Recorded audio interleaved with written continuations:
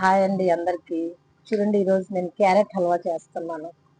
50 రూపాయలతో క్యారెట్ హల్వా అయిపోద్ది. చూడండి, మా అమ్మాయి హల్వా హల్వా అంటుంటే ఇంకా నేనే తీసుకొచ్చి చేస్తున్నాను. చూడండి, 1/4 కిలో క్యారెట్ తీసుకొచ్చాను అంతే. పంచదార, పాలు మన ఇంట్లో ఉన్నట్టు ఉంటాయి కదా, దాంతో చేసేయచ్చు. చేసేయండి, చాలా బాగుంటుంది, టేస్ట్గా ఉంటుంది. నేను ఆల్రెడీ 2-3 సార్లు చేశాను, టేస్ట్గానే ఉంది, అందుకే మళ్ళీ ట్రై చేశాను. చూడండి, జీడిపప్పు ఒక 10 రూపాయలు తెచ్చుకోండి, బాదం పప్పు 10 రూపాయలు తెచ్చుకోండి, చాలు. 50 రూపాయలతో అయిపోద్ది, చాలా టేస్ట్గా ఉంటుంది. ఇంకా బయట 100-200 పెట్టాలి, దీనికన్నా ఇదే బెటర్. తిని చూడండి, చాలా బాగుంటుంది, టేస్ట్ కూడా బాగుంది. చూడండి, చాలా ఈజీ ప్రాసెస్ అండి.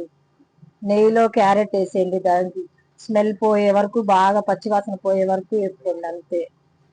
పాలు, పంచదార వేసుకోండి అంతే. డ్రై ఫ్రూట్స్ వేసుకోండి, లాస్ట్ ఇలాచి పొడి వేసుకోండి, చాలు, అయిపోయింది. మీరు ఎలా